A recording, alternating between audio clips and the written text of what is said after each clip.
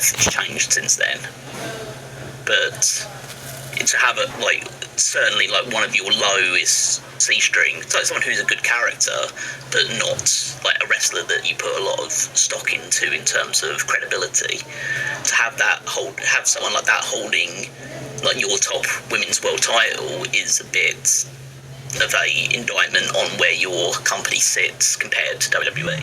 Like, if you want to draw comparisons to even be, not even like the second biggest promotion in North America, but even like the third or fourth biggest, you should not be kind of demeaning your title by putting it on somebody who isn't treated as a serious threat in her own company.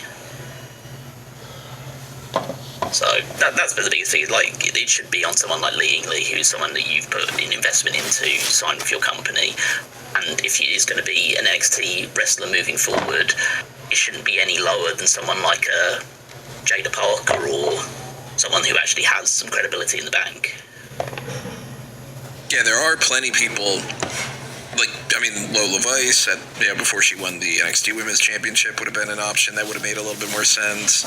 Blake Monroe, obviously, if they would have gone in that direction or whatever. Ariana Grace definitively was on the lower totem pole. And, I mean, that goes to show what they think about whether or not they're willing to let people go to TNA and do those things. It's like, well, we're not going to give you our big stars. Okay for that. I mean, even on NXT this week, it ended up being a thing of, like, William Regal and Fit Finlay being like, yo, birth rate, why you suck? Okay, that's going to be part of the storyline now, is quit fucking sucking and do your shit properly. Yeah, but I don't mind that if it's going to lead to people, getting better and becoming winners on the program. If you're just doing it to bury them, that's another issue. I guess we'll see about that, but it's not a good sign that they followed that up with not actually announcing what their match is. Like, they did a thing where it was like, I booked you in a 6-man tag, and then when they're running through the card for next week, they did not mention the 6-man tag.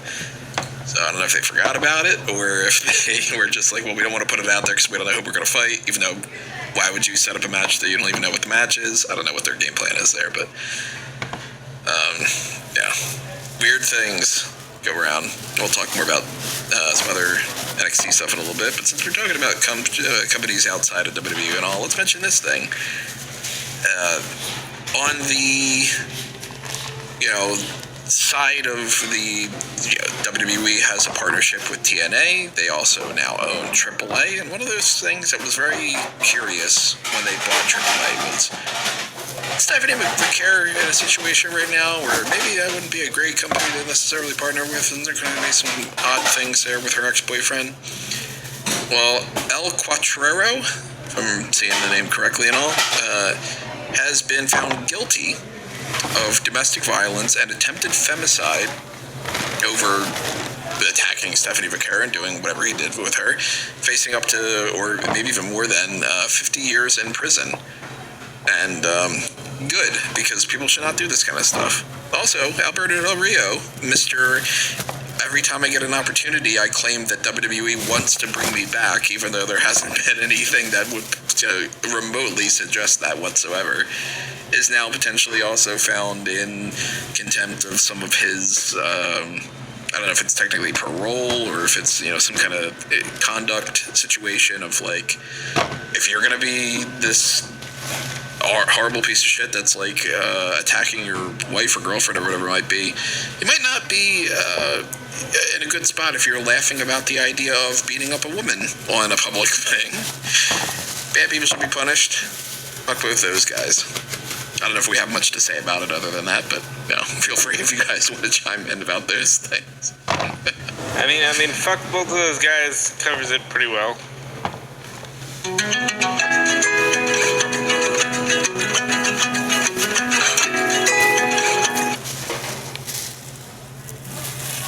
Yeah, I think that's like the general sentiment. I think I'm just looking at like El Cuatrero's cage match to see what he'd been doing recently. So he had his last AAA show on the 4th of March 2023, and then he took like a 3-year hiatus from professional wrestling, and only started coming back this year. So great timing on his part to make the comeback. So good for everyone involved that he's going to be put behind bars for what he's done, and obviously fuck Del Rio because that is the rule. That is the rule of life. So. Yeah, there are a few things that seemed immutable in this space. I've said before, like, hey, I think Danhausen is fun now. I used to hate Sheamus. I used to not understand why people like Daniel Bryan or whatever. But I've never been a fan of Alberto Del Rio. And I will say, even when these things didn't come out yet, and it seemed like he was just kind of overrated or whatever like that, everyone was a big fan. And now that we know more about who he is as a human being, even more of a middle finger to that guy. On the New Japan side of things, we got some new champions. Andrade El Idolo wins the IWGP Global Heavyweight Championship, and Will Ospreay and United Empire are now holding the 6-man never open weight titles. So hey, one of the things that you should do if you are not cleared to medically compete is go to another company and then win a championship. And then he'll pop up on Dynamite and go, well, I mean, since you did that, you might as well have, you might be medically cleared. These are good things. The partnership with New Japan and AEW is, of course, like a pretty strong bond at this point. And if they are going to showcase their championships over on the Dynamite and Collision side of things, it's a positive for New Japan. You get some new stars to pop up here and there and wrestle some interesting matches, and the New Japan side of things boost their stock a little bit. Andrade's great in the ring. Will Ospreay, of course, is Will Ospreay. So it's like, it's a win-win scenario. I would say I would not have anticipated at the beginning of this year, with the push that they did for Yota Tsuji, that it would be like, all right, by May, he's lost both of those titles. You haven't been watching New Japan for very long, then. I absolutely haven't. No, it's surprisingly not uncommon for this sort of thing to happen, for somebody to lose their titles in quite early fashion in many people's eyes. I think that what they're doing with the main thing, the Global Championship is kind of like less important than the world title, obviously, because it's the secondary belt. So, and the whole thing surrounding the belt, or at least from Tsuji's perspective, was that he'd only defend it against people who are outside of New Japan. So he's dropped it now to Andrade, and we'll see how they approach it with Andrade. Is he going to defend it often on AEW TV? Is he only going to defend it against New Japan people and continue that approach to the title? We'll have to just wait and see what he does with it. But it's obviously cool to see him win a title, because he's been great since rejoining AEW, and so it's good to see that rewarded. And he has history in New Japan as well, so it's not like it's just a complete outsider to the promotion coming in. He's someone who has worked with New Japan in the past, winning the title, so there's some element of familiarity there, in the same way that Will Ospreay winning the Never Open Weight title because of his long history in New Japan as well.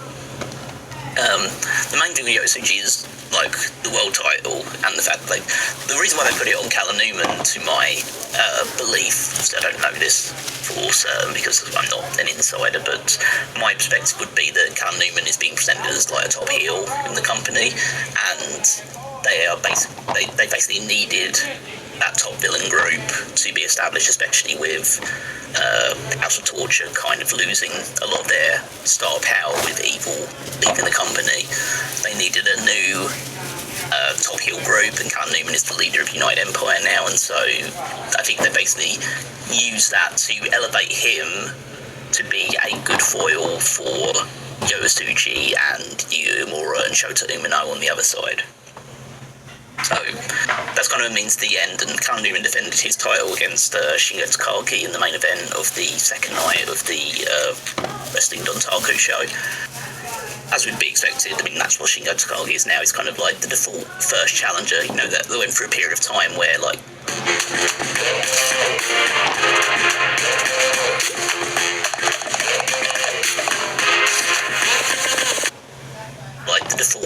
first challenger. You know, that they went through a period of time where, like, Kane or someone was like the default first challenger for any title challenger. It's kind of like that's what Shingo is now for New Japan. And they did something interesting at the end of the show where they had Shingo and Yosuji come out to basically, I think, essentially they're being up to Kage afterwards. Yosuji came out to try and save him. They took Shingo and Yosuji out, and then Newman ordered Will Ospreay to take out Shingo actually with the hidden blade afterwards, and Will Ospreay was very reluctant to do so because he thought that there wasn't any real point to doing it.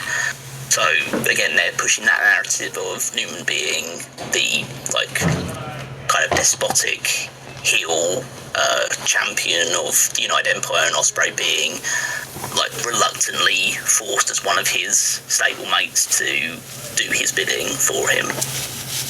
So yeah, that's leading into the inevitable match between those two somewhere in the next year plus. But yeah, I can't remember what other stuff kind of been laid out for. I think I remember seeing that Konosuke Takeshita joined the kind of the big babyface faction of just standard New Japan guys in the company. So obviously that's kind of at odds with him being on the heel faction with Don Callis family, and we'll talk about that obviously when we get around to AEW talk. But yeah, it's quite interesting that he's definitively joined the babyface side on New Japan. It feels like super necessary that we need to talk about from both shows, but yeah, it's cool to see Andrade winning the title. And I will say that even though I think it's a bit overdrawn what some people say about the relationship between New Japan and AEW, I do still think it's interesting we yet to see a New Japan guy holding an AEW title, but we've seen plenty of AEW guys holding New Japan titles. Yeah, that's true. Yeah, I never liked the similarities with the WWE and AEW practices, and one of those overlaps seems to be in the working relationships. I will say though, it's not the equivalent in terms of what with WWE and AAA would be a case that JD Drake has won the global championship for New Japan as opposed to Andrade. At least their champions are of a certain caliber compared to what TNA is given from WWE.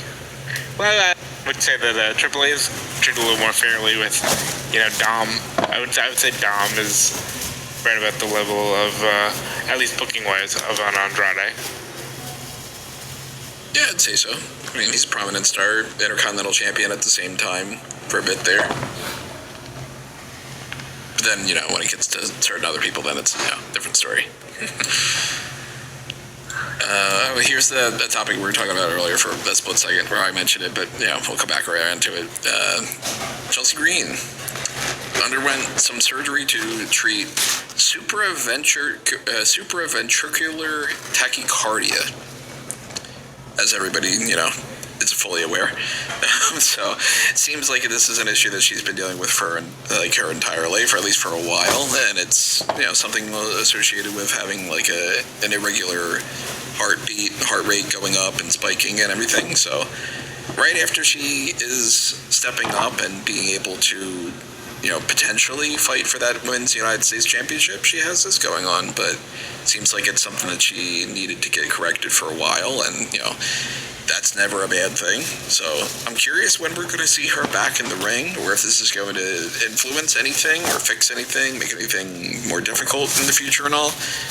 I want Chelsea Green to succeed like crazy. I really would love to see a scenario where Chelsea wins either the Women's World Championship or the WWE Women's Championship. My preference would be WWE Women's Championship because I think that matters more.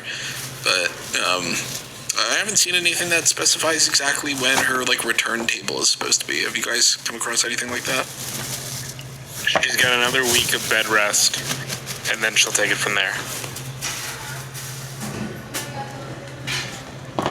Could be worse.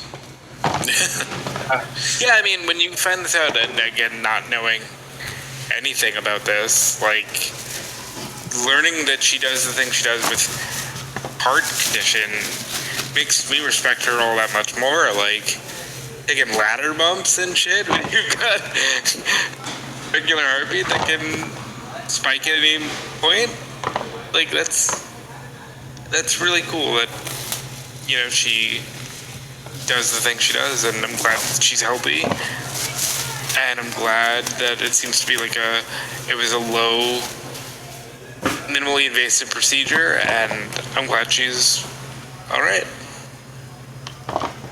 Follow your heart to Hallmark Plus. Aren't you gonna kiss me, cowboy? Thought you'd never ask. Get exclusive